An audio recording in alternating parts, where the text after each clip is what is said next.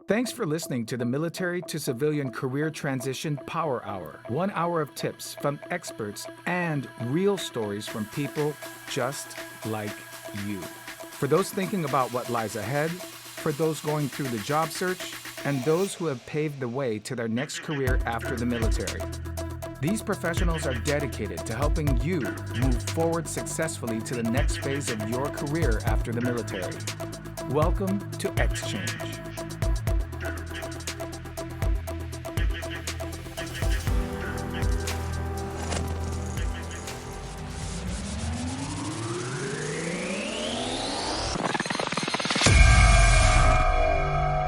Kicking off the beginning of our episodes is somebody who is truly flying by the instruments.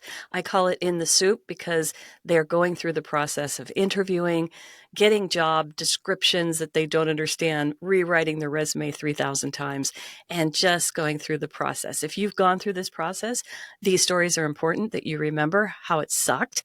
And also, if you're planning, which I hope you are, to go through it, these stories are invaluable.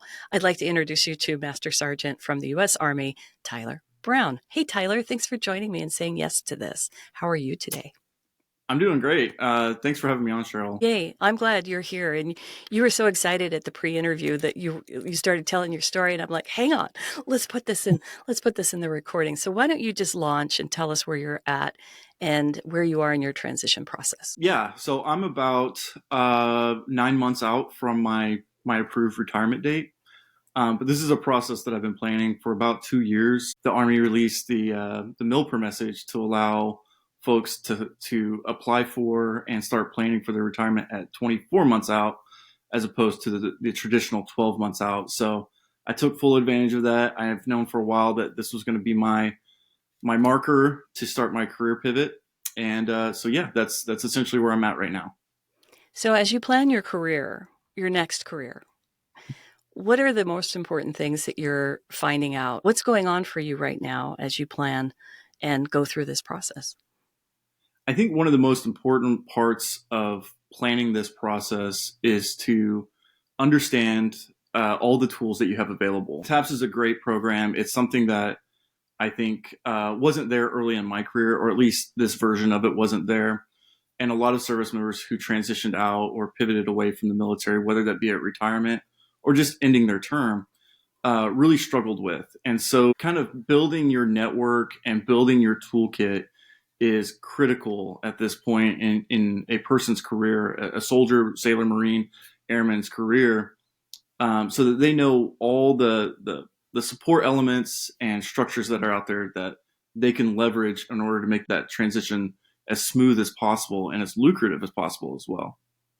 So what resources are you tapping into right now? I'm sure you know a lot of LinkedIn warriors out there. LinkedIn is a great tool in itself, but it really is a facilitator tool. And so there's a lot of organizations and programs out there, hierarchy. Can I say sorry? I don't know if I can. Okay, so Hire Our Heroes. Candy Tillman has a great organization called 50 Strong. And then there's folks out there like yourself, Cheryl, who are just out here to help.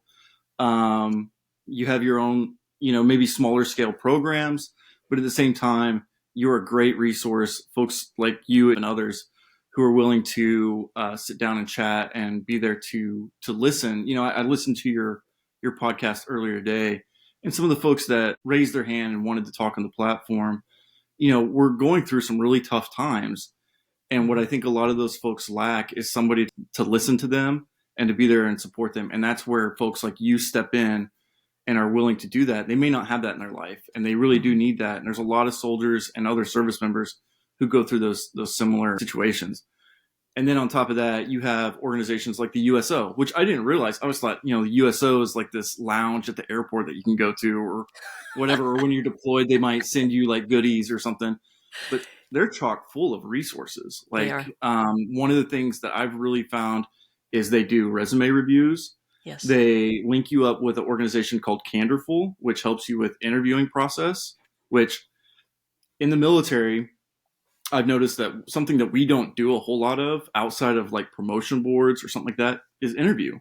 And it's very hard to sit down in front of a bunch of people who your future might hang in the balance with them and tell them about yourself or why you are so great that they should hire you. That can actually be a pretty daunting task.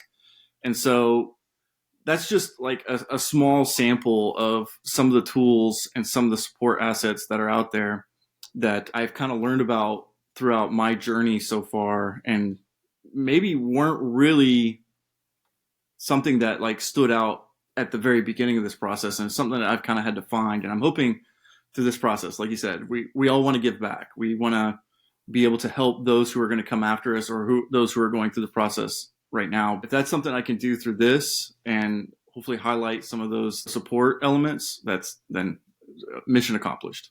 You're doing it. Thank you so much. You talked about daunting. It could be a daunting task to talk about ourselves. Why is that? Well, now my experience has only been in the military. I joined right out of high school. So if I say something that sounds a little bit biased, it's sorry, that's just all I know. That's but I the think whole point of bringing your story to everybody is that you tell your story. Go for it. Tell your story. Right. Well, Bias I and think everything. the culture in the military is that the organization it comes first, right? The individual comes second, somewhere, maybe third, but the organization, the mission, all that comes first. And so everything that you do supports the mission, supports the organization. It's very hard for me to say, I'm going to do something that supports me without feeling selfish. And so when you interview, you are selling a product, you are selling yourself. And that can be unfamiliar for service members. And so that's why I think that can be a daunting task, and that can be a little uncomfortable for some. Sure. You spent 20 years, or will have spent 20 years after your transition. And that's a long time to be thinking mission first. And then thrown into the civilian workforce where you're like, I mean, sorry, can I say that? Can I talk about myself for a minute? It's hard. I wrote a guide, Civilian Mission. It's a 3-year guide for military professionals like yourself, planning civilian careers. And I think that the first chapter is really just getting your mind around talking in first person. And a lot of the exercises are really about taking your skills and your interests and putting them in the I did this, I did that. And it's not easy because you've been trained not to do that. I hope that it's an easy learn for you. I hope it's something that it sounds like something from the people I've interviewed. It's constant. You're constantly learning to transition. Transition is not just a thing you do, it's a process. Who's been some of your mentors through this process other than those organizations? Well, my number one mentor has been my wife. And I know that's something very nepotistic or whatever, but No. she's also a fellow service member. Okay. She did 10 years of active duty and has been in the reserves ever since she transitioned out. She transitioned out to better support the family. She's done a phenomenal job balancing her life as a reservist, the job that she has currently, and our family life as well. And so a lot of the steps that I've taken to move forward have been in following her footsteps. And so I would be remiss if I did not mention her. She's been a lifesaver for me and really opened up my eyes to a lot of opportunities. But, I have a great friend group. Like I said, I'm a master sergeant. I don't know if you've ever heard of the E8 Mafia. No. Back in the specialist days that we call all the pre-NCO soldiers the E8 Mafia because they're very tight knit and well, I have the E8 Mafia. I have a lot of peers that I bounce ideas off of and who are either kind of in the process along with me or maybe ahead of me or going to be pretty soon thereafter. So I have a really close knit friendship with these guys and gals. And I've learned a lot from them, and they, as much as we joke around and give each other a hard time, I don't think that they ever steer me wrong when it really matters. But then there's another great resource out there that I've discovered through this process. If maybe you probably are familiar, Veterati. Yes. If you're ever feeling like you're alone and you're kind of rudderless, they have a great catalog of folks that you could just jump on their calendar, and they're going to pop up during a Zoom meeting or something like that, and they're going to give you all the advice that they could pack into an hour, and they're going to have follow-ups. So if you feel like you don't have a mentor, there are programs out there for that as well. I find a lot of people, as they get up higher in the ranks, they become very independent and less dependent on their mafia. So how have you, it doesn't sound like you have this as an issue, but what would you suggest to people who feel that they should do this all on their own? I think that if you feel like you're on your own or that you should be doing this on your own, you're selling yourself short. One of the things that you should learn, or that I've learned, is that you can learn something from everyone, whether they be a superior, a senior to you, your peer, or even your subordinates environment.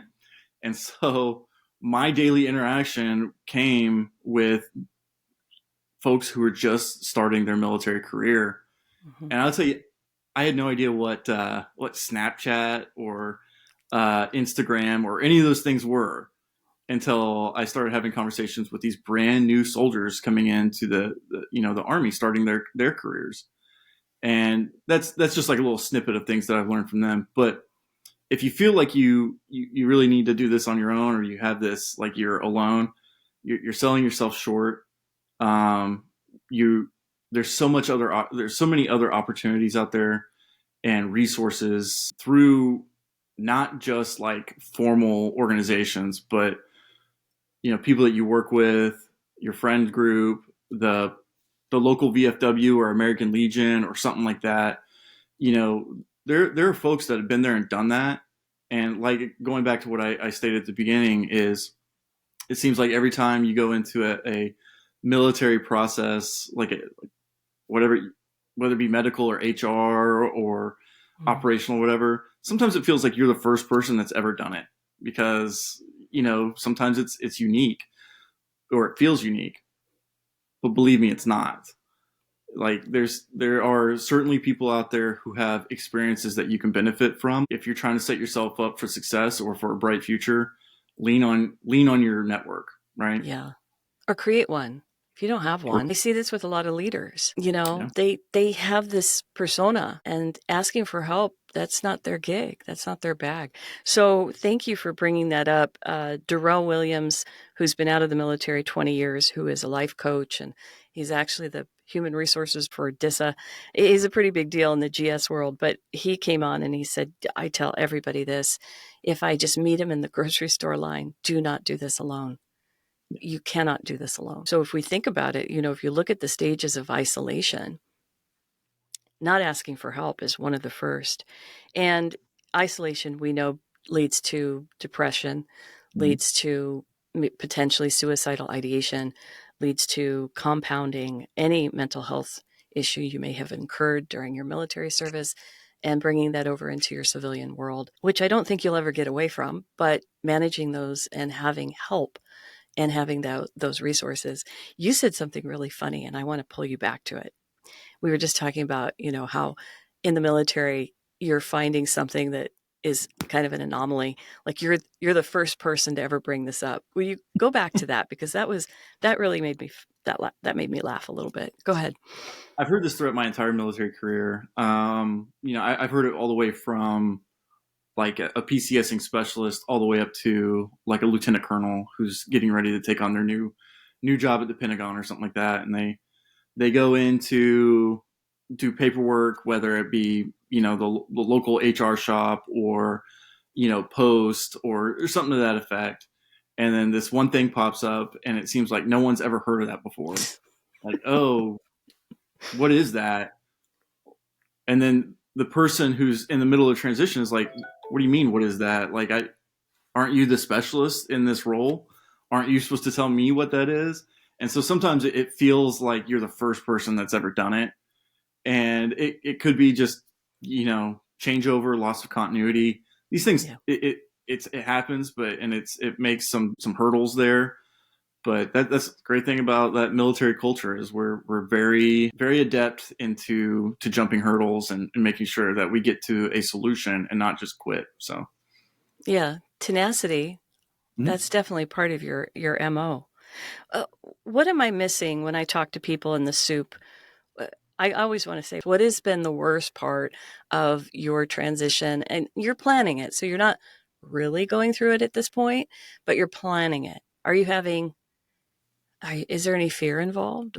I mean, come on, dig deep, dig deep. I want you to bring out some of the suck, because this is really the suckiest part for so many people, I think. And you don't seem to have a sucky experience. So find something, dig deeper. Cheryl, I am a brighter side kind of guy, but let me tell you, there is some suck out there. So I'm a planner, right? And my wife will tell you, and my peer group and my circle, my network, they'll probably all tell you the same thing about me, is that sometimes being a planner makes you too rigid, right? And so I bring that up because when I think about my military career, right, and as an NCO on, when I hit my year out, that I know, like, I'm going to be on station for at least 3 years, and so I hit that 2-year mark. First thing I'm doing is I'm calling my branch manager, my career counselor, whoever. I'm going, what do you got for me? What's next? And they go, well, I've got positions here, here, here, and here, and here, whatever.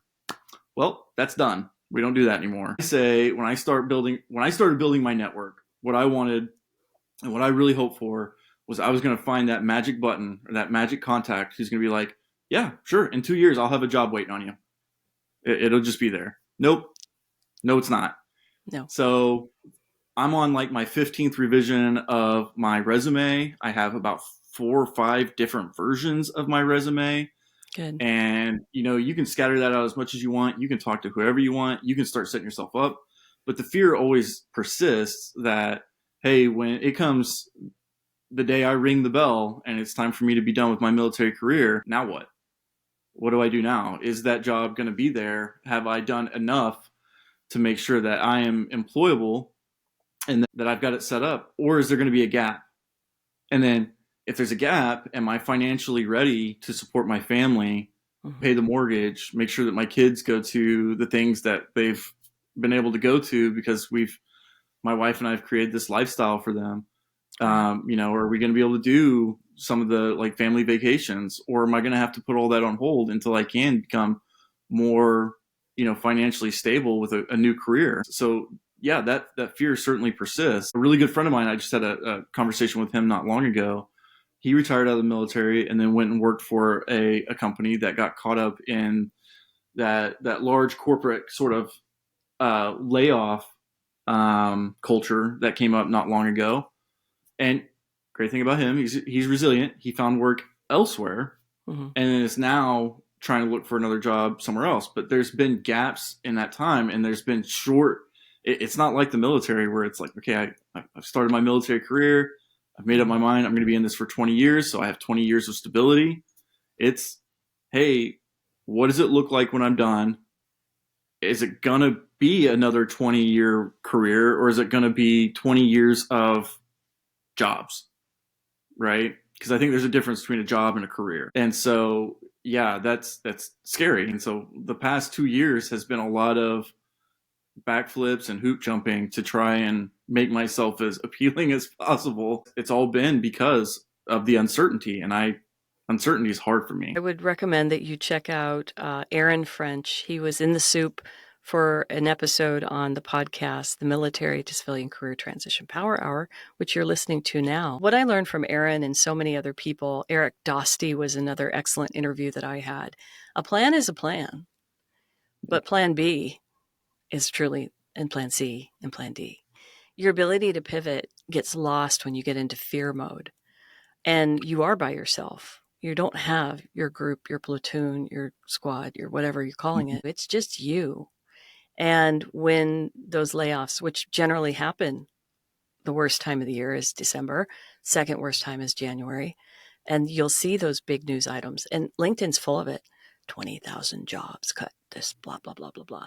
These reorganizations happen everywhere. They happen in good economies, bad economies. There's either growth or cuts. And as a corporate recruiter, I can tell you that you, as a transitioning service person or a veteran who's out in the workforce, I want you to read them with a grain of salt. Most of these restructurings are due to the way the workforce is changing. But, and we can blame COVID all we want. This is a few years behind us now. But people are reentering the workforce in different ways. There's a lot more options. There's a lot more entrepreneurships. There's people who are working more hybrid or remote. They're not necessarily going into those offices, and that's the bulk of those corporate jobs. So until those corporations flex to the workforce, it's going to take some time. You're going to see these huge chunks because they're losing revenue. And it could just be industry. It could be that Amazon is selling more than Walmart, and Walmart's closing down stores. You'll see that, but they'll build them back up. And, things will even out depending on how the economy is. Go back, read your favorite economist, go back to any college, high school textbook and read that this is cyclical. Everything comes back. And just like clothes, if you stick it in your closet long enough, it will go back into style. So thank you for letting me expound on that. It's been really a pleasure. I was really digging deep for you, man. I really wanted you to come up with some oh, this is really hard. So I'm just going to leave it with this. If you have any last alibis that you'd like to say to our friends listening, please say them now or forever hold your peace. And then, of course, we're going to be checking back with you as you get your first job. I'm going to have you back when you're in the first year segment. Absolutely. I'd love to come back. But no, I think my parting words to anybody listening to this right now is if you ever need anything, even if it's just someone to talk to, click me up on LinkedIn, find me out there. Cheryl, I know you're a great advocate for folks. And then one of the biggest things that if service members towards the end of their careers are not taking advantage of, even early in their careers, is the Army, the service in general, gives you money for your education. Invest in your education. Take advantage of that money. That's something I did not do early in my career, and I look back on that, and it's one of my biggest regrets. Is that when I first joined the military, it was, can you shoot, move, and communicate? If you can do those things, you're going to get promoted. You're going to be a sergeant major someday. You're going to be a colonel someday, whatever. Well, it's not like that. And it should have never been like that. Not completely. Now you get, I think through tuition assistance for active duty members, you get 16 hours a year that the Army will pay for, the military will pay for. You can use that money for credentialing. Like I'm working on a credential myself. I've earned a couple through this program. You can do that. When it comes to that time, start using your GI Bill. Invest in yourself. You have to invest in yourself. If you can't invest in yourself, why would you expect anyone else to? So that goes back to like that sort of selling yourself, like at a job interview or on a board or anything like that. You're going to have to do that at some point. And if you want to do that, or even if you don't want to do that, and you want to become an entrepreneur, or you want to franchise, or you want to build your own brand yourself, use those as resources to help build that educational foundation to get you to where you want to go. If you're not taking advantage of that, you are just letting free money go. You're letting that free opportunity go. Please do that. And do that when you get into the corporate sphere too, as you're interviewing companies for your next career. Ask them if they have tuition reimbursement. Ask them if they do. They'll want to keep you for a while, so you might have to pay it back if you leave them within a few months, but that's okay. Take advantage of it. I've gotten all my certs were through a company that I worked with, and I'm so grateful because it put me in a very different direction for my career. So do listen to Tyler. Tyler Brown, you have a very common name. How would someone find you on LinkedIn? And a lot of people aren't watching us on YouTube. They're following us through a podcast. So spell it out and tell me how many letters you have after your last name so they can find you. Yeah, so I don't have a lot. One of those unique things about LinkedIn is that you can go in there and you can change that URL nomenclature that makes your profile unique. And so I've changed that to essentially it's Tyler M as in Matthew. So Tyler M Brown 1, because apparently there's more than one Tyler Matthew Brown out there. And so Tyler M Brown 1 is that comes after LinkedIn, right? So linkedin.com/n/Tyler M Brown 1. Perfect. So if you're looking to connect, if you need any kind of support, any kind of advice, if there's anything that I can do to help out, please reach out to me on LinkedIn, and I'm here. Right on. Thank you so much. Good luck with your transition, and I really appreciate you raising your hand to talk about your pre-planning experience as you go through the soup. My name is Cheryl Cross. You're listening to the Military to Civilian Career Transition Power Hour. Our guest today was Tyler Brown. Thank you so much for being with us. Anything else you'd like to say before we say goodbye? No, thanks, Cheryl. Thank you so much for everything that you do and for giving me this opportunity and this platform. So just keep on doing it. And this has been great. You bet. Thanks for being on the show. We'll see you soon. We'll be right back after this break.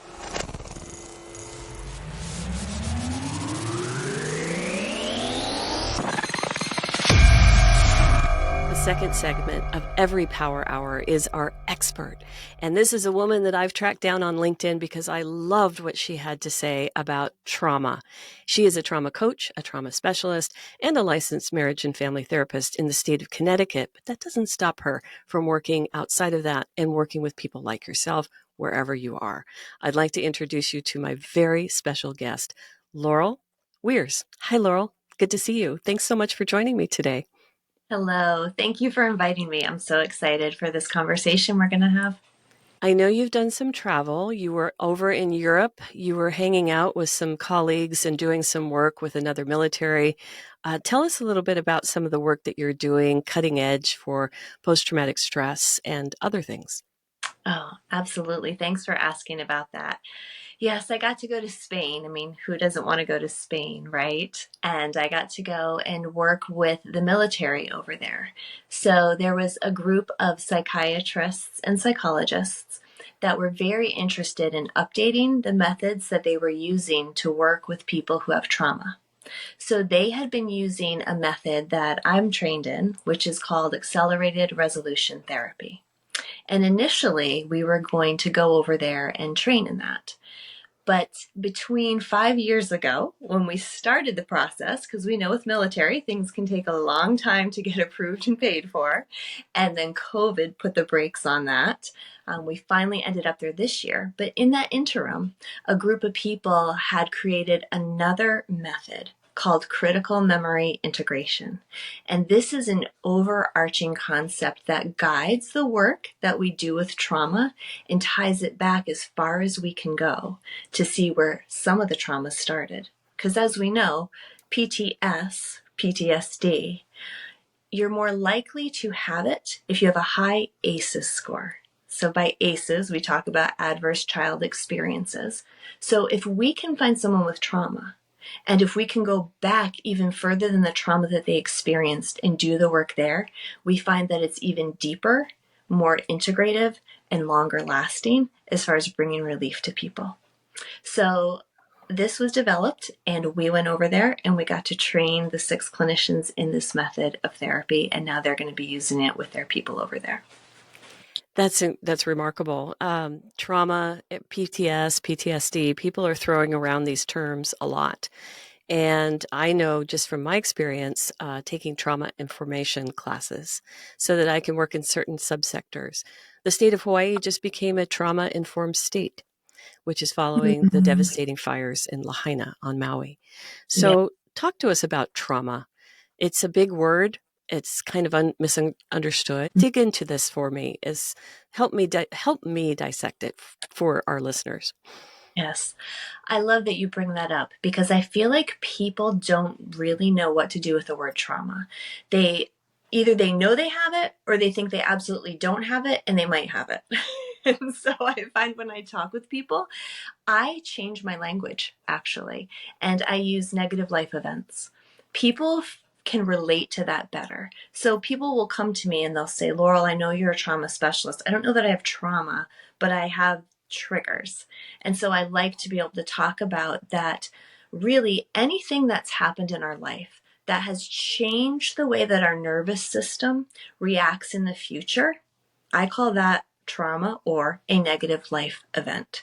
And so when people can broaden the definition of what that is, it makes it more acceptable to them, and then they can relate to it. And then I find that they can engage in the work a lot easier. It's almost like everybody has relegated trauma to only people who serve in the military. And if you didn't experience something horrific in war, then you don't have trauma.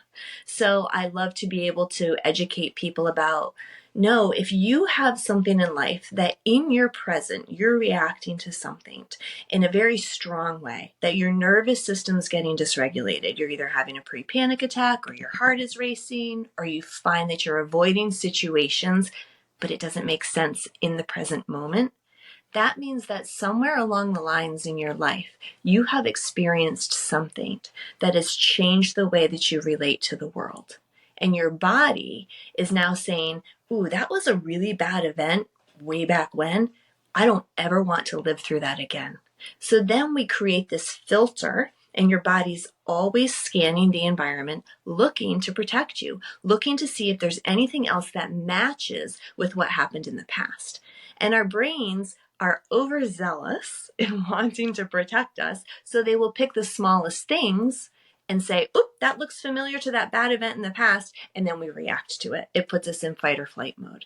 And that's essentially what a trigger is, and that's where triggers come from. They're really just your body's protection from something in the past. But the other interesting thing, we talk about the word trauma, right? And how people relate to the word trauma. Also the word trigger. People talk about triggers like they're bad. I like it when people tell me they have a trigger, because what that says to me is your body is really ready to integrate a memory.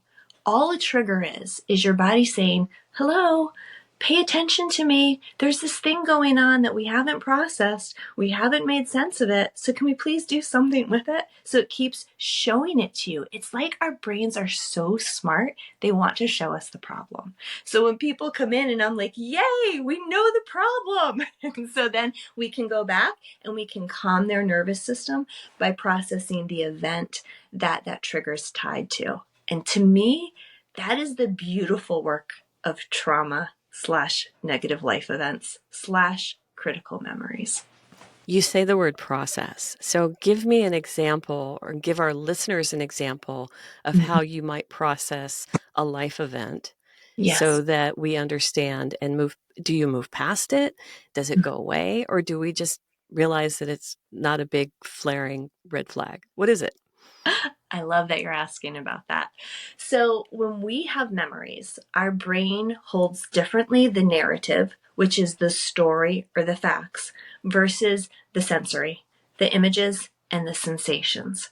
The memory is not the problem, not the facts. It's the images and the sensations, right? When people are triggered, they feel something, they see something, they smell something. It's all images and sensations. It's not really just saying, I got bit by a dog. I saw somebody get killed. It's what movie your brain is showing you that's tied to it. So when people come in to see me, that's the part that I work with. So really what you have to do when you have a big memory, let's call it, or a big life event, it's so big that your brain doesn't know how to file it away like little things, right? Every night we go to sleep. And when we go to sleep, your brain in REM makes sense of what's happened during the day. It takes everything, it files it away, makes it normal. However, when we have big life events, it's like it gets stuck and the brain does not know how to file it away. So that's where I describe what I do is I manually come in and help you process, file that memory. So that looks kind of like this. So if you start remembering, I had a woman this morning, she went through a cancer journey and she had a moment where a doctor told her, you have a recurrence. She knew in her soul that this was not a recurrence. But yet this haunts her. Even though she didn't, she goes around and she drives by cemeteries and she sees that image of the doctor saying, you have a recurrence. She hears one of her patients say the word cancer and she immediately sees that image, right? So that's a stuck memory in her brain. So when she came in today, what we do is I have her remember that moment. And as people remember those moments, they get all dysregulated. Her heart's racing, she can't breathe. And then I work with her on calming her body. So I'll say, okay, we're going to stop remembering right now. And then I'll bring her through a series of exercises to calm her down, to get that nervous system calmed down.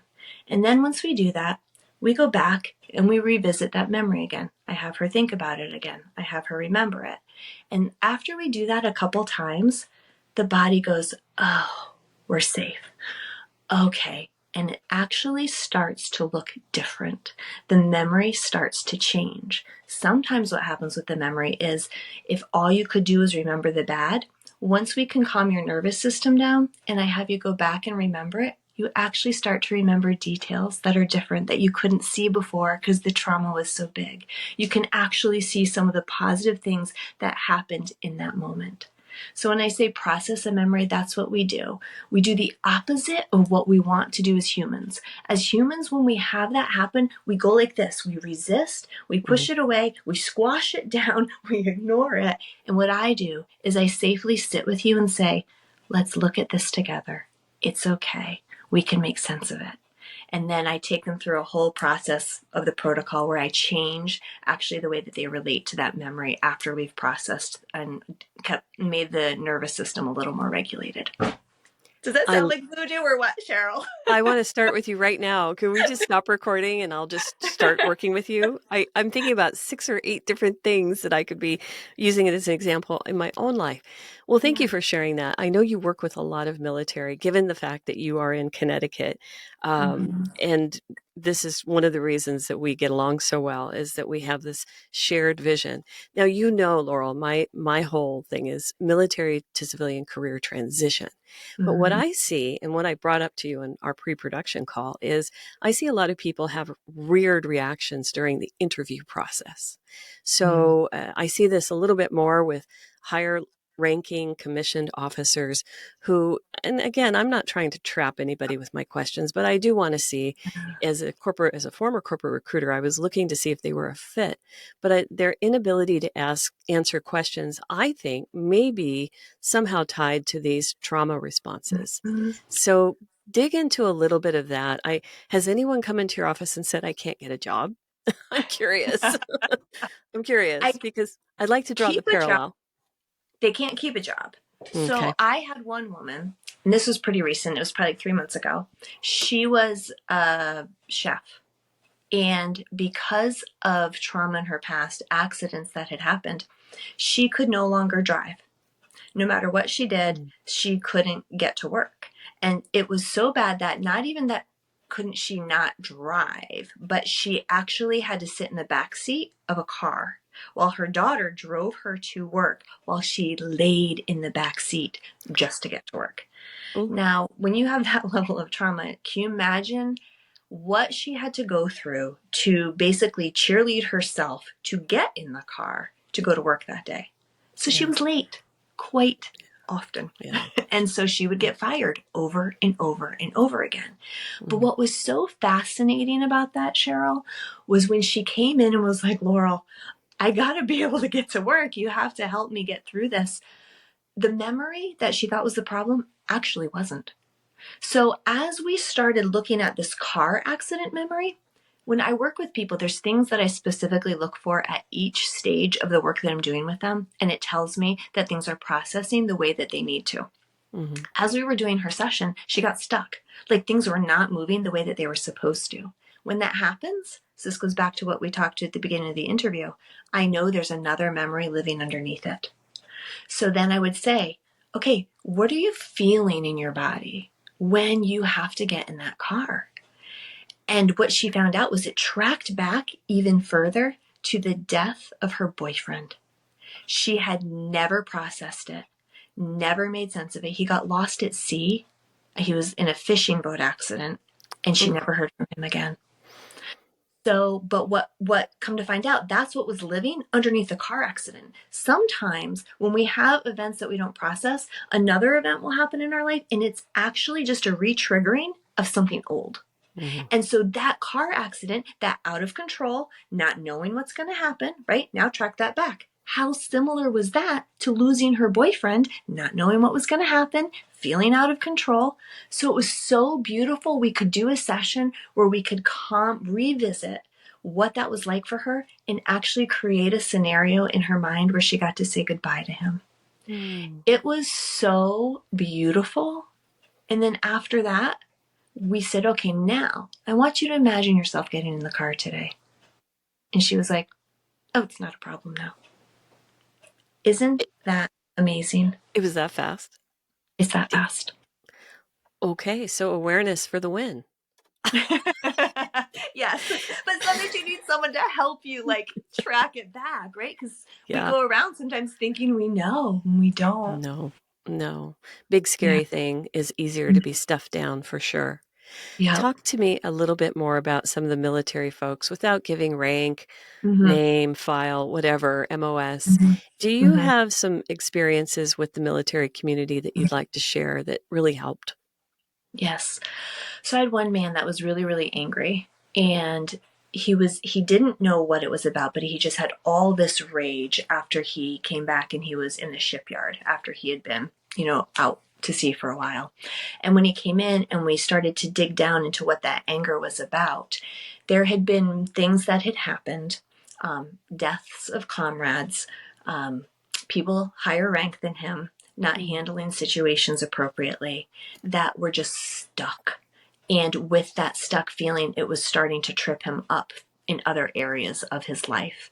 And so, with that, yeah, we had to go back and we had to revisit that death. We had to revisit the way that his superior had spoken to him and handled a situation. But what's so amazing is when you do that and you release it, it literally lets go of everything that has to do with it. And because what would happen is then he would go out into other situations, whether they were social situations or professional situations, and anything that felt like somebody was not listening to him, like he was not being heard, totally tied back to the situation on the ship.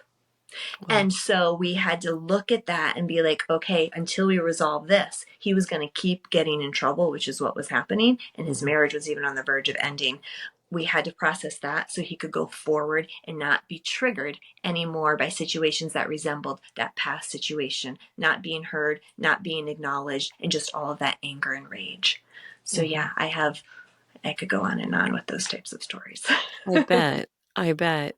Well, if you could leave some information for anyone listening to maybe do at home, if they can't see you right this minute, or if they aren't able to reach to a trauma-informed therapist like yourself, a specialist or a coach, what would you give as a kind of takeaway for them, if you have anything? I would, yes, what I find with the people who come to me, the ones that have fared the best without processing their trauma are people that do meditation and mindfulness. Because if you think about it, that's an exercise, right, in regulating your nervous system. So anything that people can do to be mindful of what's happening in my body right now and what can I choose to do to calm it, right? They don't need me in that moment to bring them back to where they are, but that gives you this sense of control over what's happening. And the more you practice it, obviously, the better you get at it. So that is one thing I would tell anybody. If you notice that you're struggling and you can't get in with anybody, to really start a practice of being mindful or doing meditation and start to get your body used to, because it's like a muscle. It's like when I talk to my clients about deep breathing, they'll say to me, Laurel, I was having a panic attack and I did my deep breathing. It didn't work. And I'm like, well, had you been practicing it? No. Well, I'm like, well, you can't just pull out that in the middle of a panic attack and think it's going to work. Like it's a muscle. Your body has to learn. There's muscle memory, how it responds when you breathe that way. So the same thing, whether it's breathing, mindfulness, or meditation, you want to get your body primed so that in that moment that you are triggered, you can pull on that tool, that resource, and get yourself back into that grounded state and not be so dysregulated so that you can keep functioning. And it also creates this sense of trust within yourself again. What happens with people with trauma is you lose the ability to trust yourself, right? You feel like you're fine till your body decides it's not, and then it takes over, and then you do these things that you're not proud of, you're upset, how you behaved. So if you can start to short circuit that process and notice a triggering, but say, I'm going to do my breathing now, or I'm just being aware of what I'm thinking about and I'm going to change that, it gives that person that sense of self-agency again. Agency is a big word in this population. Gaining agency after the military, going from we to me. Yeah. I want to bring up a point that you brought up earlier and really pull the thread. I heard this on the radio the other day. Somebody said, trauma doesn't always mean combat. So talk about different levels of trauma again, just to refresh. And Yeah. I know that you're bringing it back to, what did you say, ACEs. Explain this more to the listening audience, because I think that this is very important. I have a lot of people that aren't in the military that listen, and I'm thrilled Mm-hmm. to have them, but this is another way we can educate more folks. Go ahead. Yeah. So the ACEs, the Adverse Child Experiences score. So basically, that scores an individual on negative life events that we know impact our development. So if you are in an abusive home, if you were neglected, if your parent had some type of an addiction, things like that. So what I find is that lots of people will come in, and things that are triggers or just difficult for them, we call them themes in their life. Like, let's say they have these themes that they just feel like they can't speak when they're in groups, or this sensation in their body that I'm just not accepted, I'm not wanted, I'm not enough. Those are things that we all experience and feel, and it has nothing to do with whether or not we've been in combat or not. And those are going back to those childhood experiences. So recently, I had a woman, she was in a position where she was going to need to speak to other companies. And she said, Laurel, I am so paralyzed by this fear when I get in front of people and I want to speak. Can you help me with it? And so we started tracking back. I said, okay, where do you feel that in your body? And she would tell me, and I'd say, let's just take a minute and, like, in your mind, follow that thread. Where else in your life was that familiar to you? And she said, oh, I remember 7th grade. I had to give a report in front of the classroom. And so she thought this was our critical memory. I said, okay, we'll go with that. So we start processing, revisiting that memory. And lo and behold, nope, it was something else. I said, I don't think that's it. Your body's not doing what it's supposed to. Let's go even further. And she said, oh my gosh, I haven't thought about this in years. I'm 7 years old. I'm on the stage doing ballet. And that's where it was. And my brother's in the audience and he's mocking me. Which is what brothers are supposed to do. Right? Wow. And so then we processed that memory. Poof, Yep. gone. And another one I have to share, which is so interesting too. Again, things that we don't think, but they totally make us who we are. I have another woman, and she's super, super, super shy. She always feels less than, right? Here we go back with our themes again, insignificant, insecure.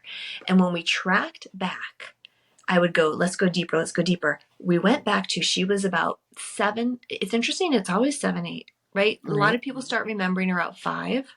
But then I noticed I can almost predict the age they're going to tell me, like the memory that we go back to, and it's 7, 8 years old. So she was 7 or 8, and she was singing in the car. She thought she was just belting this thing out beautifully. And her mother said to her, I think we might want to get you some singing lessons. That's all it took, Cheryl. Yeah. She feels to this day, she felt that same sensation that she felt when she realized, I shouldn't be so sure of who I am. I thought I was good at a thing, but I'm not good at this thing. I am less than. I am not enough in this department. And that tracked her for 40 years. We go back. Oh, Cheryl, it is so beautiful. She is starting to speak in front of her church now. She is leading groups.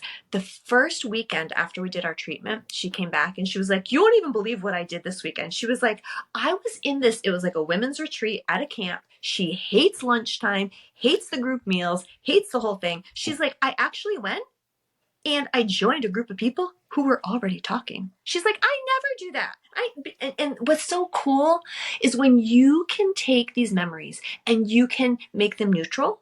You don't even have to coach yourself anymore and say, okay, that's a big group of people. You can do this. Don't think those negative thoughts. It just goes away, Cheryl. It's just gone. When you neutralize that memory, it's like you're reset to who you were before that event happened in your life. So in a sense, you truly get to walk out the destiny of who you were created to be before somebody said something and spoke something over you that limited you.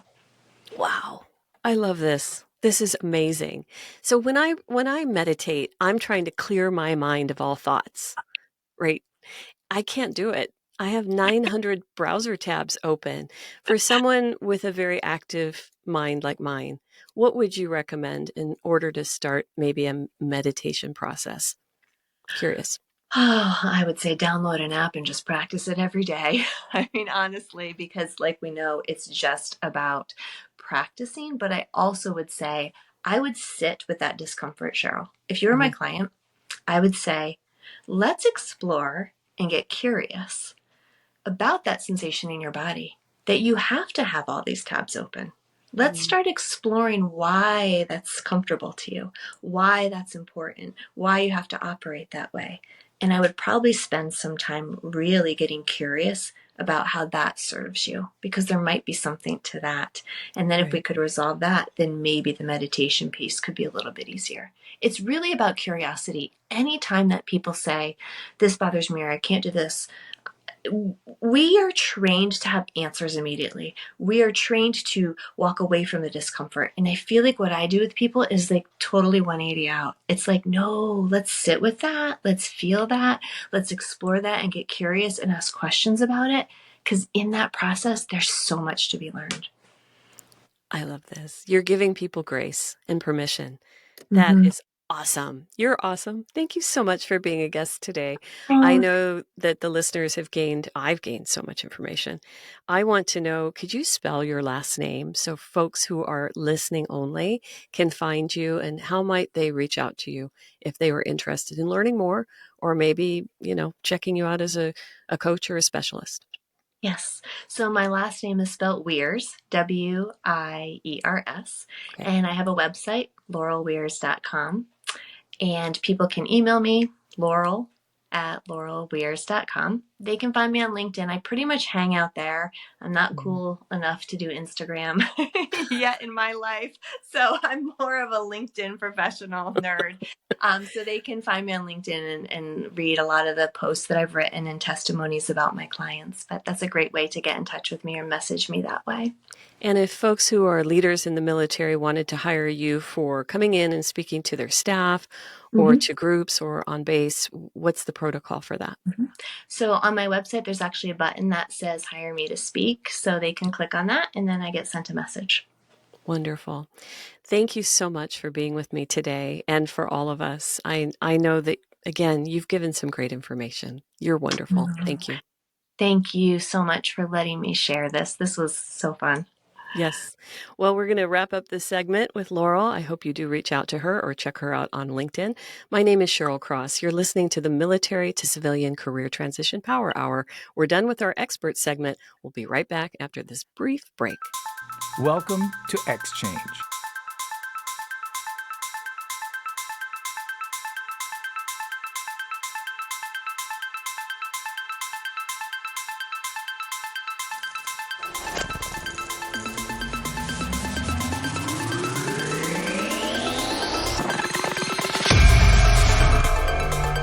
As we head down to the bottom of the hour, we head into our 1 to 4 year veteran segment.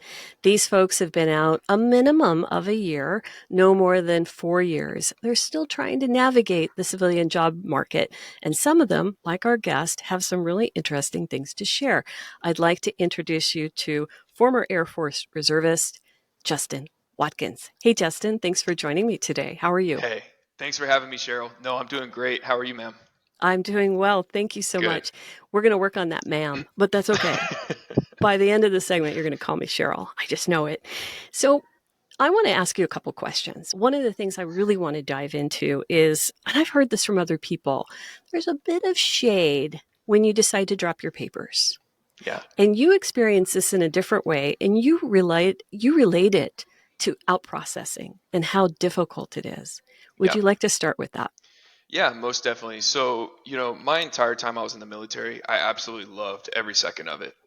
My out processing paperwork, however, was kind of where I decided I was like, this isn't for me anymore because it is so. I quickly found out that it's so much easier to take the easy route and just sign another contract because all it requires is a couple of signatures. Mm. Whereas the out processing checklist, it's like 40 different people you have to track down, have a conversation with, and in the reserves it's 10 times harder because you have 2 days rather than the entire month to do so, right? and What? so, yeah, so within your 2 day time, if you're a typical reservist, you only are there for 2 days a month, and you have to take care of a month's worth of work in just 2 days. So I quickly realized that out processing was a lot harder in the reserves. Don't get me wrong, it's probably hard in the active duty side of the house too, but in the reserves it's pretty rough. And a quick story on that. I was very close to taking the easy route, right? And I wanted to take the easy route, and I decided that Saturday, I said, all right, I'm gonna go back to my truck this afternoon. I'm gonna call my wife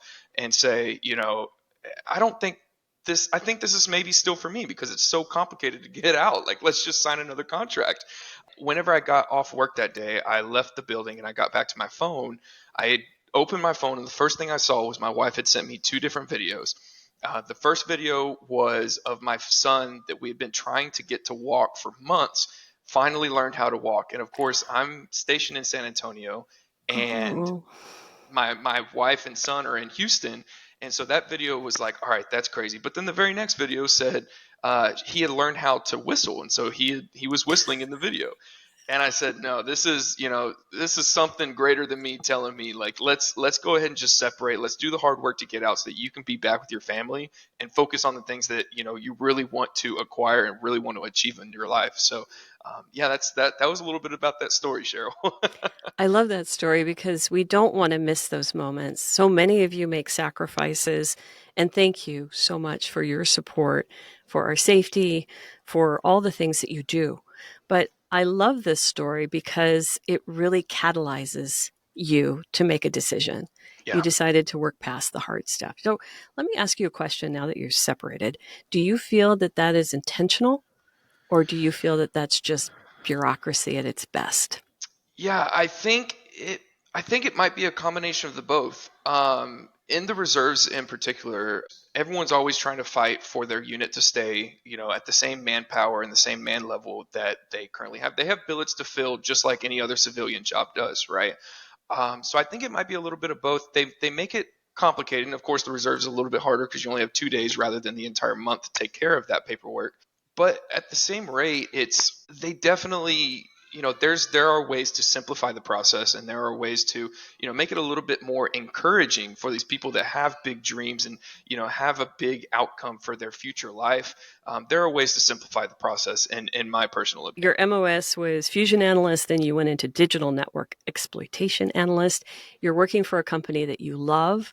Mhm. Tell us a little bit about that journey and how you went in that direction or wanted to continue doing that work. I love this story because I think it tells a great deal of different influences that came into my life at the time. When I first joined, I had all intentions of going active duty, and I wanted to go special forces within the Air Force. I went to MEPS. Everything was great until the last two tests was depth perception and colorblind test. My depth perception, fantastic. It was great. But then apparently I was colorblind, and I had no idea for 20 years of my life that I was colorblind. And so they ended up telling me that. They checked that box on my form, and so my list of jobs or MOSs that I could choose from went from like 6 pages to half a page at the check mark, right? Oh, And so I left. I was like, I don't want to do this if I can't really do what I want to do, right? And so that's whenever I went to the reserve recruiter, and I had asked him. I said, all right, what jobs do I have available? And the reserve recruiter, he said, well, you can go and be a weatherman. And I said, with all due respect, I'm not going to join the military to become a weatherman. And that was quite literally what I said. And so I asked him, I said, all ego aside, like I'm looking at my future career, my family that I'm eventually going to have. I said, which one of these jobs in the reserves pays the most on the outside, on the civilian side of the house, right? And that was when he had mentioned this fusion analyst. He's like, you become a hacker and you can do all this cool stuff. And I'm like, okay, what else about the job do you know? And he was like, I don't know, that's about it. so, so I was like, okay. And bad so recruiter, yeah, bad recruiter. me being the dumb 20-year-old that I was, I said, sign me up. Let's do it. That sounds awesome. And so thankfully, it was a blessing in disguise because it set me up for where I'm at today. I did 4 years of active duty service through the reserves. Mhm. And as of about 3 years ago, I've gotten out and started my civilian journey. And it's so exciting to now start this next form. And something that I'd like to talk a little bit, I think that we'll kind of get into it a little bit here later, Cheryl, is that feeling of being in a super technical career field and Mhm. not necessarily feeling qualified for what's on your resume, right? And you have a lot of these things on your resume that you've typed down, and you're feeling confident in until you get to the first interview, and then you're like, did I really do that? And, this, what I like to call the imposter syndrome. And I know that this is something that a lot of people have heard about, but never maybe experienced, or maybe they have experienced it. And that imposter syndrome holds you back from 99.9% of the chances that you could open for yourself by just not feeling the qualified feeling that, most individuals need. So that was a little bit about my story. So let's dig into that, because I think imposter syndrome is thrown around. That term is just thrown around a lot. But I think for folks coming out of the military, guards, reserves, active duty, whatever, you are so capable. And Yeah. you are put in situations where you have to be so flexible and you have to be able to do so much. It's hard. I know this as a recruiter. It's hard for people to qualify that. I wrote a book, Civilian Mission, 3-year guide for military professionals planning civilian careers, where you walk through 10 exercises. And a good bulk of those exercises, aside from salary negotiation, are figuring out what you can do and putting the language there, because Yes. you've done so much. I have never met someone from the military that couldn't do something. It's like, Right. I've done that. I could do that. It's like, I'll build you a house. You might not want to live in it, but I could build you a house. I can build a structure. With the team, I can do anything because my team supports me. In the civilian workforce, they don't speak the language. They don't understand the width of Yeah. your capabilities.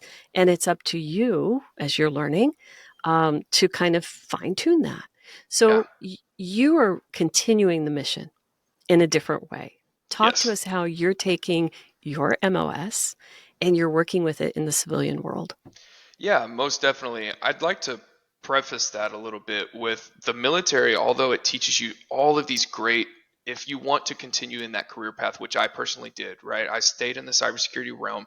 It teaches you so many great technical capabilities, but something that you're never going to get out of the civilian world that you could get out of the military, that a lot of probably the listeners that are on this call right now are listening to, is the soft skills that you'll never get on the civilian side, right? It's you learn how to adapt, and you're with all different kinds of people on a day-to-day basis. So really, of course, the technical side of the house is what allowed me to continue my growth in the cybersecurity world. But the soft skills that I acquired in my short tenure in the military it goes right back to your point, right? How do you put that on paper? And so you had to quickly find out how to put that leadership, that communication skills, all of those different soft skills on your resume is what really stands you out from 99% of the rest of the audience that are also trying to get the same exact job. Now, to go right back to your original question is, how did I make that transition, and what am I currently doing today? I focus solely on small to medium sized businesses. So, anywhere from, if it's a 5-person mom and pop shop that is, maybe, doing embroidery for small term, and they're only selling on Facebook Marketplace, right? We offer services to those guys. But then also on the more medium to the higher scale medium, maybe you're a manufacturing service that, you're in the Northwest that Midwest that no one really knows about, right? But still require the same services. Unfortunately, and there's so many articles out there that you can go back and read, is that unfortunately those are the businesses that are being hit the most in today's time, right? All of these other super huge Fortune 100, Fortune 10 companies, they have the money and they have the resources to acquire the best of the best cybersecurity services are out there, right? And that's where I come in, is providing that best of the best cybersecurity service with a white glove experience to all of my clients, but still putting it at a price tag that they're able to, accommodate to, and that they understand, okay, this is why Justin's coming in today as my consultant, as my dedicated cybersecurity consultant, to say, all right, I need his help and he's affordable, right? And those are the kind of the two things that really how I'm influencing my military career into my civilian career today. It feels good to help the middle people. Yeah. They're the ones, because they don't make the news. It's not going to end up in the paper if a 100-person staff company gets hit and Right. gets hacked. Thank you for what you're doing, and I applaud you. We need more smaller businesses working with medium to small businesses, right? Exactly. So, but you have bigger dreams. I know that you Yes. have a career trajectory. One of the things I resonated with you on LinkedIn is that you were already talking about what you wanted to do. You mentioned it again in the pre-production call. So lay out the next 5 years for me, career-wise. What are your thoughts? I just had this conversation with a great mentor of mine, super wise man, and he does what he calls a 5-3-1. So it's a 5-year plan. So where do you want to be in 5 years? Where do you want to be in 3 years that sets you up for that 5 years? And what are you going to do in the next 12 months, the next year, tactically in order to prep you for the 3 year, right? So 1 year is going to be tactical, 3 years is going to be strategic, and 5 years is also strategic. And whenever you ask me where I want to be in 5 years, is on I have my notepad right next to me is, a CISO, a Chief Information Security Officer of a 500 plus employee organization. So that is my 5 year goal, and that's where I'm a big goal setter, and I'm one of those people that's not like I think I can get there. No, it's going to happen. So You'll get there. It's very exciting. Well, that's a big deal. So CISOs or CISOs in the world of IT are the top tier, and they're in high demand. They make a lot of decisions. They run big budgets. They are the CTO. Actually, they're the leaders beyond the CTOs, the chief technology officers. So a CISO level is pretty big. Tell me, certification wise, are you continuing to educate yourself? How are you staying relevant? Cybersecurity is changing on the regular. So what are you doing to stay current? Yeah, there's so great question. Cybersecurity, there's multiple routes that you can go. Of course, you can go the traditional route and get your college degree. That's not the way I went. That is where, of course, it ended up happening eventually. But my military was what really gave me the backbone whenever it came to cybersecurity. So I took kind of the untraditional route. Now that I'm in the traditional realm of the civilian side of the house, there's so many different certifications, of course, and I'm actually giving a talk on this here in a couple of months. Is there's not just one path in cybersecurity. There are 1,000 different ways if you want to make money, there's 1,000 different ways to make a ton of money. If you want to have a leadership role, there's 1,000 different ways to do so, right? Or do you just want to be the best technical professional in the entire world? There's also 1,000 different ways to do that, and so many different forks. As far as certifications goes, of course, you have your very basic network plus, security plus, A plus. Those are your very entry level, certifications that you go after. And then once you find out, okay, I like this part of cybersecurity, and in my professional career is penetration testing, so offensive security, right? Trying to hack into my clients' networks before a bad person can actually go in and attack their networks, right? So keeping our clients a step ahead of our threat actors today. If you want to go that route, you have Pen Test Plus, which is a great entry level once you get a little bit more experience. You have OSCP, but whenever it comes to if you're trying to become a leader in this space, right, there two certifications really stick out in my mind, and it's going to be the CISP, which is kind of like a directorate level certification, right? So it goes into more of the strategy of how is a business to implement cybersecurity. And then the other one that's kind of the CISSP's counterpart is the CISM, or the Certified Information Security Manager, right? And the best thing about both of those is they're offered by two different organizations. One is ISC squared, one is ISACA. And so, the same material just coming from a different perspective. So when it comes to cybersecurity, the certifications are endless. I would just advise anyone deciding to go that route to put thought and really digest what each certification is going to be able to teach you, because there are some that are better and there are some that you can do without, for lack of better terms. I was excited when I was doing recruiting for a management consulting firm. I did a lot of engineer IT recruiting. That was my specialty, niche recruiting. So in looking at these folks like yourself, and I hired, I can't tell you how many, a lot, CEH and the G Yes. certs, GSAIC, all of those, the G certs and CEH were the kings and queens. Yes. And then CYSA came out. Yeah. So the federal government's like, okay, we realize not everybody's going to get their CEH because it's kind of hard, but the CYSA was a little bit more entry level. So this is what's exciting to me. Now, again, these are things that the federal government wanted because we were working on federal contracts. So a lot of the people coming out of the military either knew about them or were kind of heading in that direction. Right.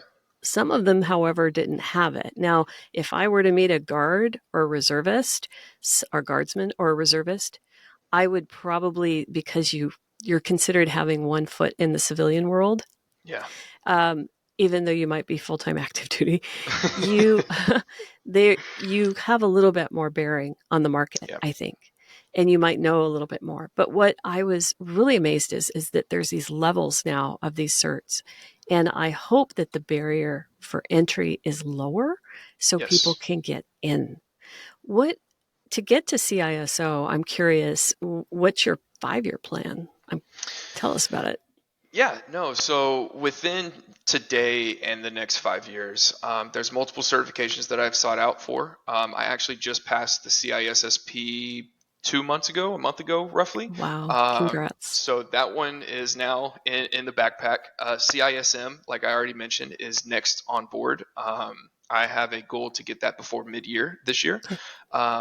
And then, of course, beyond the certification level, I am also anticipating getting my MBA, my Master's in Business Administration as well, from an accredited university, so that I can kind of continue, not only the certification route, but also say, okay, I have business acumen as well. Because whenever you get into that C level, any C level organization, right? If you're a CISO, if you're a CEO, a CTO, right? Whatever it may be, you need to understand the way that the business works. And if you don't understand the way that the business works, unfortunately, you'll never get to that level. And if you do, it's going to be an uphill battle the whole way there, right? So I would Yeah. definitely recommend those certifications along with, gaining some business acumen. And you don't have to go get your MBA, but really just sit down and have a mentor that is another CISO. I do that all the time on LinkedIn. I've got 3 or 4 CISOs that, I have monthly meetings with and be like, hey, what are you guys up to nowadays? And so I've learned that also kind of the difficult way is you need a mentor in life. Yes. And this tangent kind of goes a different route, but it tells my story a little bit more of my motivation in getting out and transitioning into the civilian world. Is I had a major, and he was our flight commander at the time, and he is by far my best mentor. I can call him right after this call and we'll talk for 3 hours. But he had actually told me, and he's been in for 24 years. He was prior enlisted. He's done his whole time. He's doing more than what's expected of him. But he had asked me 2 questions. And his first question was, Justin, did you get what you wanted out of the military? And what I wanted was experience to move into the civilian world. I said, yes, sir. I said, well, in all honesty, they got a lot more out of me than they thought they would. I only signed on for 1 weekend a month and 2 weeks out of the year, but I did 4 years active duty, right? So I did a lot more than what was expected of me. And he was like, exactly. A lot of times the military gets everything that they want out of you, and you don't always get what you need out of them. So it's harder for you to push back and pull back. He said, if I were in your shoes, I would have gotten out yesterday. And he was like, that's your path. And I was like, thank you, Major. I appreciate it. I hear so many stories, Justin, even on this podcast, where people have been put in the corner. You drop Yeah. your papers, you're no longer part of the team. Go sit over there, fold Yep. envelopes. Yes. The shade. It's like, oh, Yes. you're no longer Well, part that of the guy's team. getting out. Let's not talk to him. He's a bad Yeah. influence. Yeah. We don't want you. You're in the civilian world, I'll tell you this. Once you learn that somebody wants to quit or they're unhappy, people do the same thing. The biggest fear with me moving out, and what I would definitely want this message to kind of get across is, although it is a little bit scarier getting out because you don't have the job security of the military, you don't get, the benefits of the military, your insurance. It's very hard and very difficult to get fired from the military, right? It's very difficult. In the civilian world, it's a little bit different to where, if your boss wakes up the next morning and is like, you're no longer part of the company. Although that fear was in my mind the entire time I was thinking about getting out. I'm like, I have job security. I don't want to get fired like that. But if you can just take that leap and just have faith in your abilities and what you have strived so hard to do over the last 4 to however many years you've been active duty, right? Um, I would 100% promote you if you have goals in life that don't affiliate with the military to 100% go out and try them. The military is for some people, and that's fantastic, and we need those people. It wasn't for me, and I know it's not for a lot of people probably listening right now. So yeah, just take that leap of faith. I think that that's the biggest thing that if I could get across to one person today, I think that that's what I would like to get across. Let me ask you a last question. Is the current company you're at military friendly? Oh my gosh. So I actually started a month before. No, I probably started 4 or 5 months before Veterans Day this year. And day one, my HR representative said, "Hey, send me a headshot of whenever you first joined the military in boot camp." And I was like, "Okay, that's definitely a first." And next thing we know, we have an all hands meeting. And of course, I work from home the majority Mhm. of the time. We go into the office once a quarter for a week. We had an all hands meeting, and in the presentation, our HR manager, asked by our CEO, had actually asked our HR manager to put together a PowerPoint and a short video of all of the veterans that we have at this organization, and just make sure that everyone understands that today's Veterans Day and today is those guys' day, right? Wow. And so this company is by far very military and veteran friendly. It's fantastic. Yeah, it's great. I'm glad. I'm glad to hear that. And what are you doing? Do you have like a business resource group or an employer research group where other people, other veterans, I don't know how many people work at your company, but is there a group of other veterans that you can talk to, or do you Oh reach out? yes. Okay. Yeah, we have. So it's funny you ask. We have a separated. We use Microsoft Teams, and so we have all of these different Teams channels that kind of um, allows for anyone that has that kind of a passion to start talking and get and collaborate about that passion, right? So for me, it's quite frankly, it's guns, hunting, and being a veteran, right? Those are the three things that I love, and those guys are always willing to talk to me, and we can talk about our hard times in our life. We can talk about the good times. I've got guys I can cry to today, and we wouldn't even remember that we did it tomorrow. So yeah, having that support system is empirical when it comes to getting out of the military. So I'm going to go through what I heard from you and sort of reiterate. Tell me if I'm on track. So Okay. you made a decision, kind of going against the grain, out processing. Maybe it's baked into the process to be hard. It's just hard. Let's just leave it at that. You made a command decision based on the needs of your family because your son had learned to walk and whistle at the same time. So that means that the Watkins family are doing all the W's: whistle, walk, Watkins. Yeah, Yeah. I'm trying to be funny here. So you made that command decision to get out to see those moments. And I think that that is the number one thing you can do for yourself, right?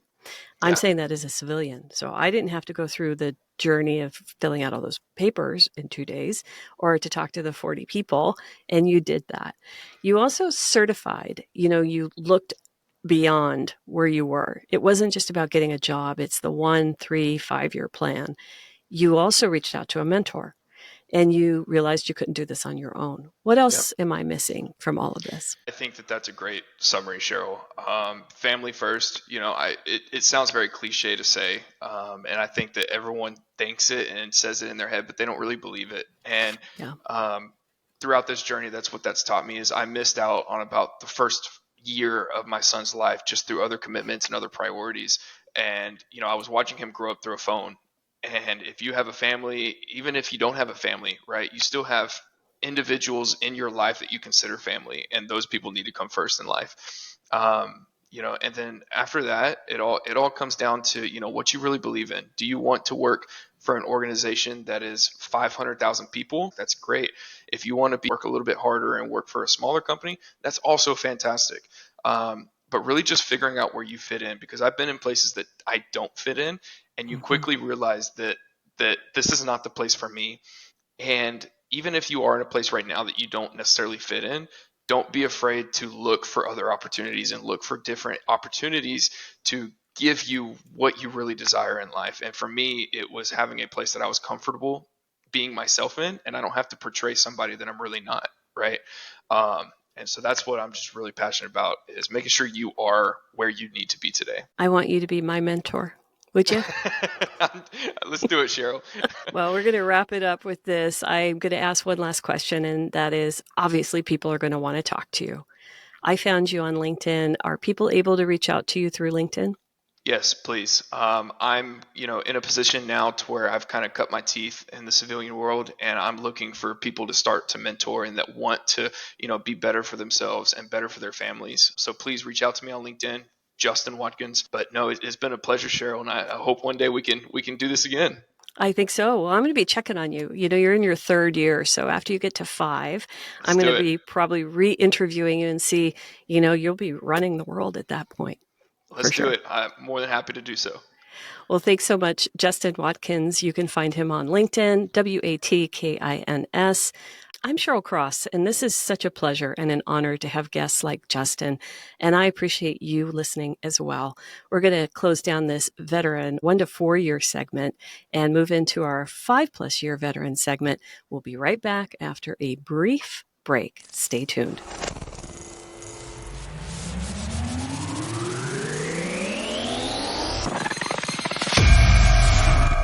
As we round up our Power Hour, I'm pleased to bring you somebody who has been out of the service for 5 or more years.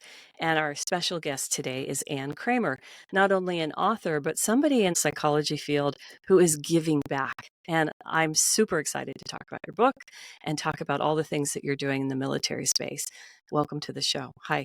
How are you doing, Ann? Good. Thanks for having me, Cheryl. My pleasure. So you talk about awareness as a tool to make change. I know this is something you believe in. This is something you want women's stories told from their perspective. Can you elaborate on that? Being a clinical social worker doing therapy, the biggest tool that we can give our clients, that I can give them, is awareness. And that's something that I really didn't have when I was separating from the military. Because I've separated, it's been now over 10 years. I have more awareness now, and that's why I've decided to write my book, so that I can share the awareness, and hopefully that will be something that other veterans can learn from and gain from as well. What is it? Your title is You Belong. What does the title mean? And what's the tagline after that one? What's the rest of the title? So it's You Belong, the guidebook for the career-minded woman on the move. The reason I chose that book, You Belong, is because when you separate from the military, a lot of veterans, including myself, really tend to struggle with self-doubt. You're in a new place, you're in a new role, and there's going to be people that you come across that will either act as if you don't belong, they'll tell you you don't belong there, or they prefer to choose someone that's from that area or who's been in that career field longer than you. And the key takeaway that I want every veteran to embrace is that motto or that mantra, I belong. No one can decide that for you. You can consciously make that decision and determine I don't belong here because of XYZ, but you should not make that decision based off of what someone else is telling you. You work with people one-on-one and in groups, is that correct? Are you actively working using this as a model? And if so, what are some of the things that you would tell someone leaving the military that is in the book? So there are some lessons that I like to tell people, is that serving in the military, there are intangible things that you learn that go along with the reasons why you belong, such as leadership, time management, service, selfless service, hard work. A lot of those things are not values that you see outside of the military and with individuals who have not served. I'm not saying it doesn't exist, but this is something that's ingrained in individuals that serve, and that is valuable for organizations that are out there. And so you may not necessarily be an expert in this new field and in the new role that you're stepping into, but these other intangible skills make you just as valuable and will put you ahead if you just stay on track with what you're wanting to do. How did you get your first job? What was your first job out of the military? Was it super different than what your MOS was? I'm curious. I was an IT officer in the Army, and one thing I loved about the military was working with soldiers, and my bachelor's is in psychology, and so I really thought about what could I do afterwards that still aligned with what I loved about the military, and it was hands down taking care of soldiers. And social work which is the career field that I've chosen, is it just seemed like it made sense. I love taking care of people, and social work does just that. And I also work with veterans, so it just feels like I really belong in that field. And so I went right to school after I separated, and now I'm serving veterans. Leadership, time management, good core values, teamwork. These are things as a corporate recruiter I always saw. And fortunately, I've been able to align with companies that serve the DoD so they get it because that's their client, right? But not all companies do. I'm trying to really break down barriers as an HR consultant, as a workforce development councilwoman on how companies can hire better, hire this hidden workforce, right? And not just folks transitioning out of the military, their family dependents too, military spouses. I would imagine that you're dealing with, I mean, your battle cry is empowering everyone, but especially women.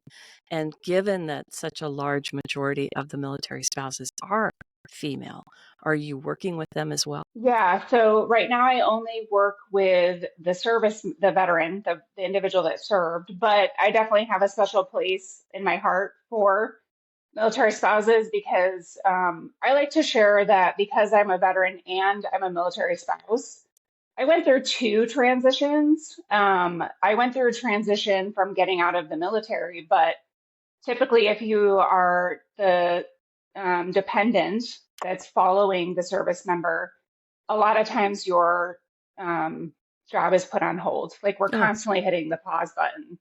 And that was part of, I didn't really focus on what it meant to be a veteran because I was now in this new role of being a military spouse. So it fills that void in a sense.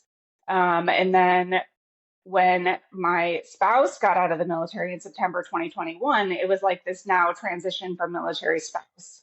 But I completely get that aspect of it is that there's not a support for military spouses when their service member gets out of the military. It's not set up like the VA. I know there are nonprofits out there that really want to support military spouses, but DoD, the government, VA, in some shape or form, really needs to look at how are we servicing that spouse that was constantly hitting the pause button and oh now by the way is just by themselves. So I think that is something that if there are companies out there that can really focus on that population, those individuals have so much to offer that really gets looked over, but those people would be excellent members to consider hiring and taking on.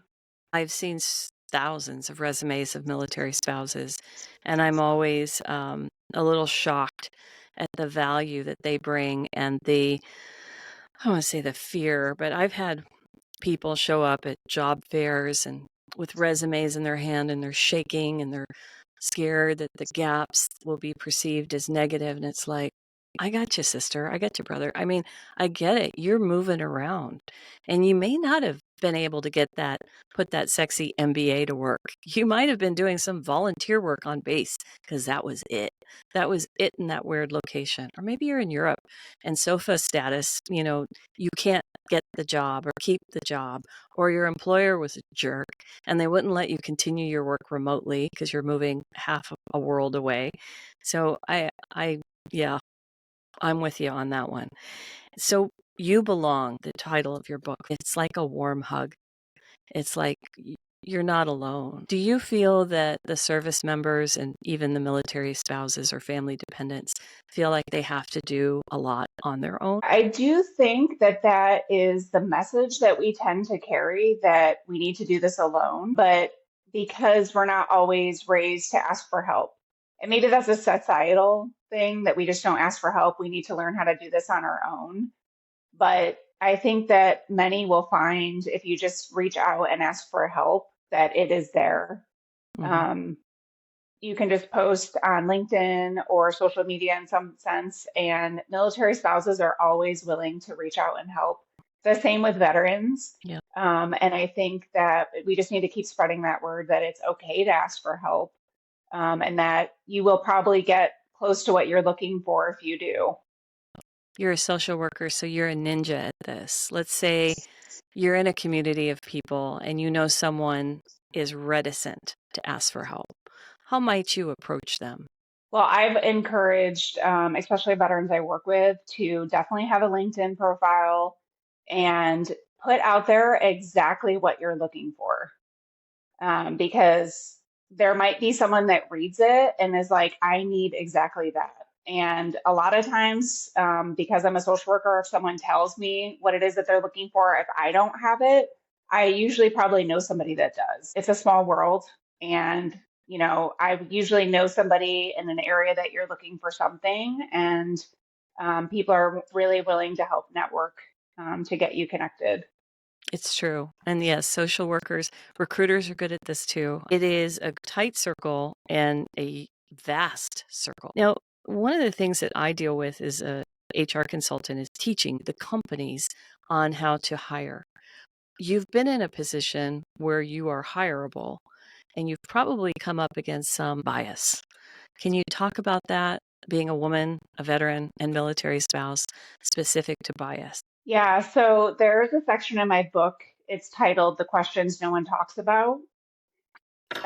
Because there's always the questions after the interview or the questions that take place before the interview. Because in my mind, I'm thinking they want to find out more information about you and make it seem as if we're just having small talk. This isn't really part of the interview till we get into that room. So the questions like, oh, what brings you to this area? Is your spouse in the military? I've gotten asked those questions many times, and it's hard because as soon as that question's asked, you get the gut feeling of, I didn't get this.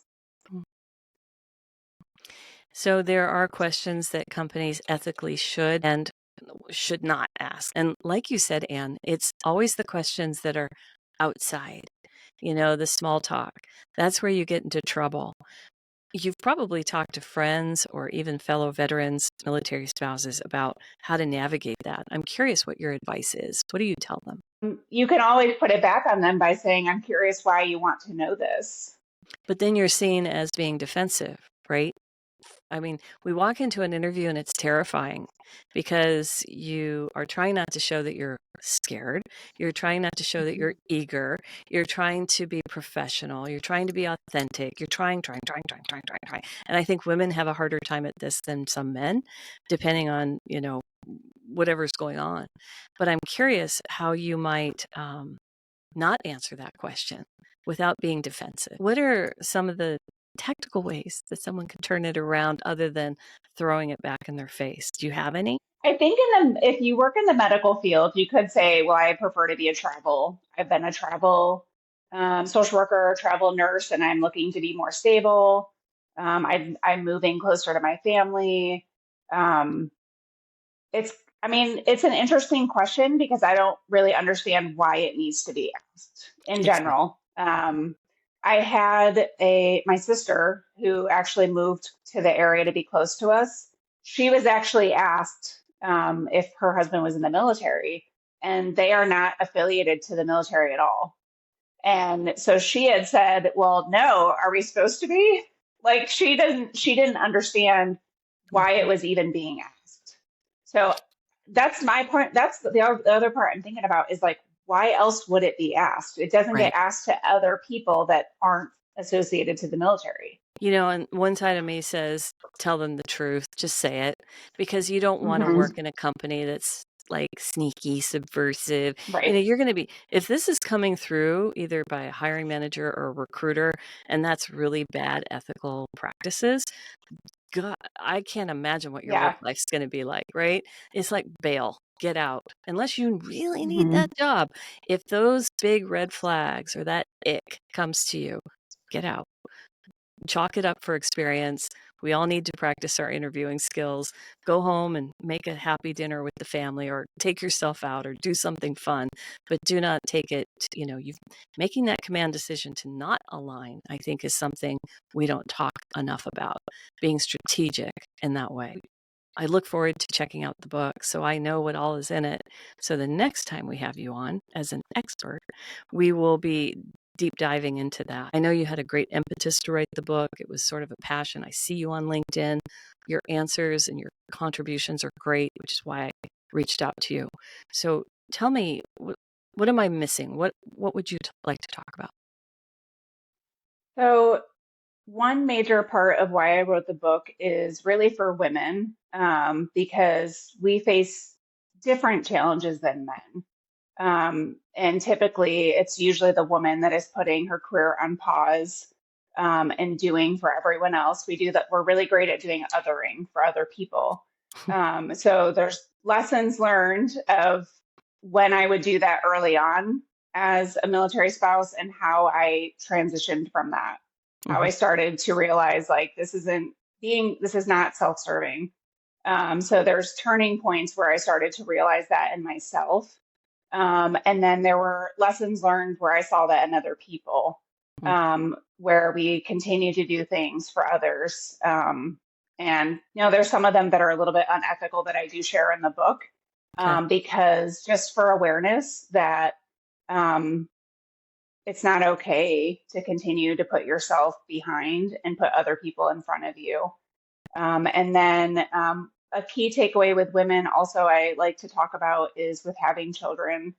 Um, it's not something that's well perceived in the military, as if we're trying to get out of something, or, trying to not have to do things because of this. And it's really just a fact of life that women have children. And that's something that I kind of took with me even after service, was that, like, is it okay? When is it okay to have kids? So with that, the message I'm giving out is that you have children on your own timeline. The military will always be there. Your job will always be there. So it's just those types of things that we actually don't talk about enough that I thought would be really important to highlight in my book. And I see this as very personal for you too. So thank you for being vulnerable and transparent. Um, what else would you like to talk about? Your beautiful book and the work that you do. You found your passion. Let me pivot for a second.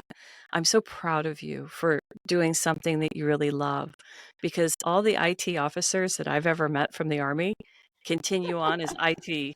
They continue on with, they get more certs, they're like cyber, their systems, their network, and you took a complete career pivot.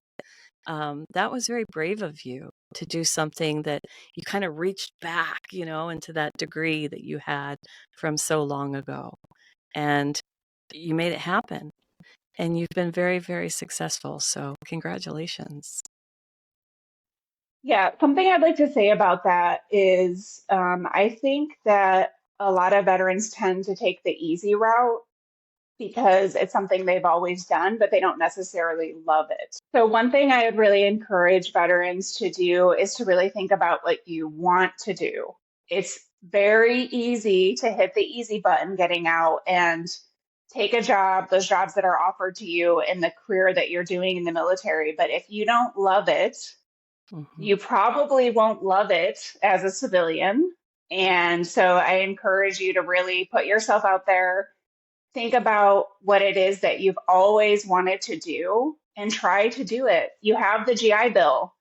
You can go to any school you want, basically, and do the thing you've always wanted to do. That is the best time to do it. Don't wait till 5 or 10 years after service and think, you know what, I really don't like this, Mhm. because that's the best time to do it. Is you're brand new, you learn what it's like to be outside of uniform, and then you also learn to do what you've always wanted to do. Let's talk about the transition process. I want to go back to something because you get this. And what I've heard from a lot of transitioning military is, I'm jumping off a cliff, I'm going into the great abyss. It is so foreign to them and frightening. And again, we're bridge builders, you and I.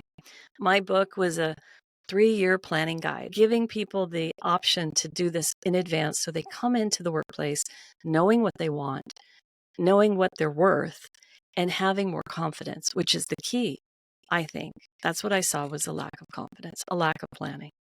What are your thoughts when you have someone that says, I just don't know what to do? I mean, it's such a weird world. How do you counsel them other than giving them resources or asking them to buy my book? What do you say? So, being a trauma therapist, of course, I'm going to say I think everybody separating from the military should go through some type of therapy. Good. because the military environment is so fast.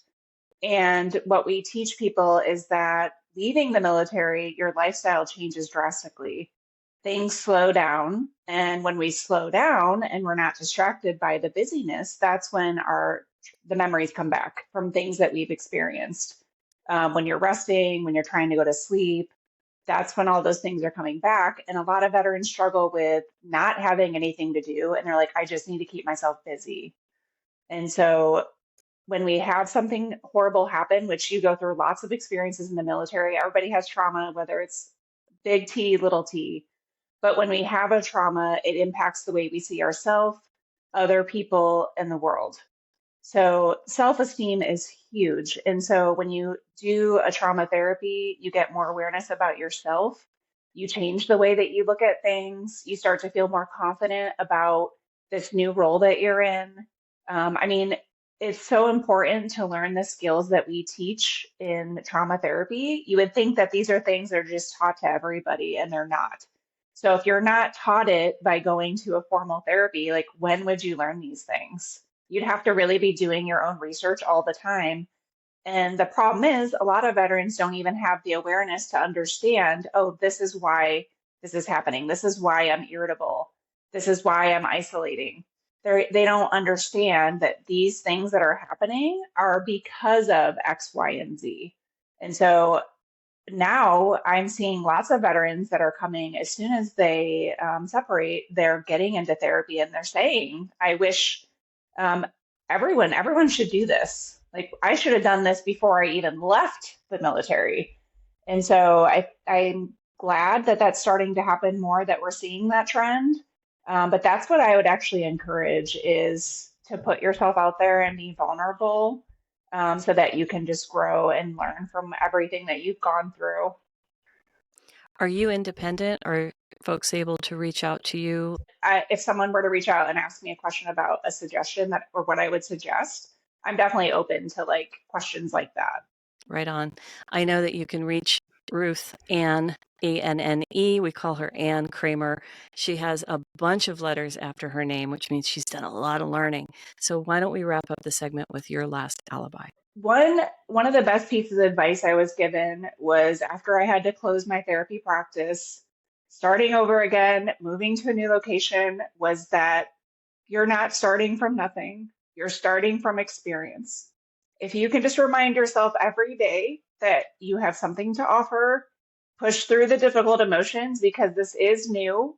It's normal to feel out of control and overwhelmed because this is all new to you.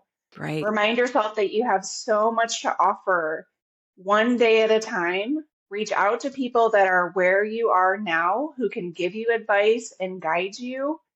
And don't give up because it does get better. It does. And we have people like you to thank.